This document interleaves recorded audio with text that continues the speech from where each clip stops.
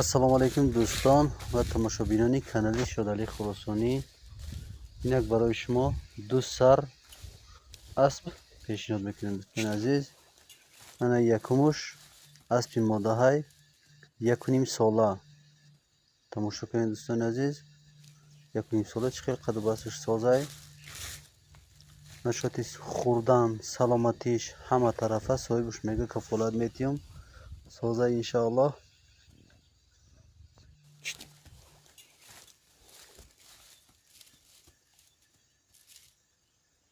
خیلی اسبی خوشبوی فسانه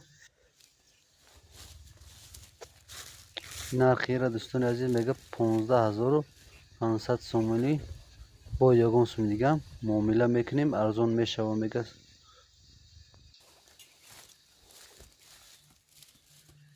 خریدار باشید. ولی یکم اسب بود دوستان عزیز، اسبی ماده 1.5 ساله.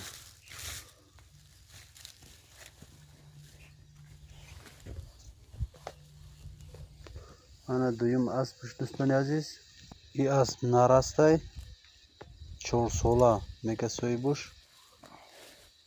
ایشم سلامتیش خوردنوش همه طرفه صاحبش میگه ایشم کفالت میتیم انشاءالله سازن میگه ایشم.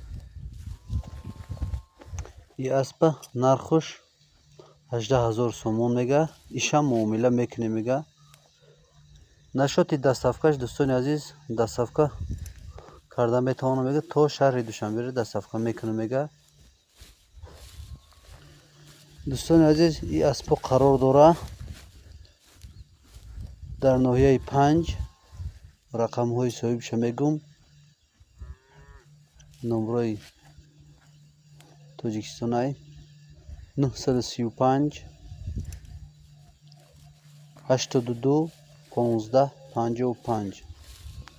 رقم دیگریش 977 980 57 78. این رقم های رسی است.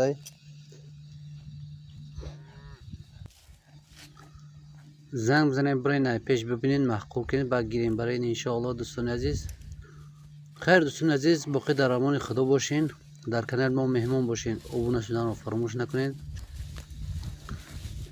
پرنده و چرنده چیزی که نباشد در کانال ما مراجعت کنید انشاءالله. در مدت کوتاه نوار میکنیم، پیشکش بینندگان میکنیم رایگان. دوستان عزیز خیر دوستان عزیز باقی در امان خدا باشین. بار دیگر تا نوارهای آینده خدا نگهبان. هم وقت تنسیت و خانه آباد باشین.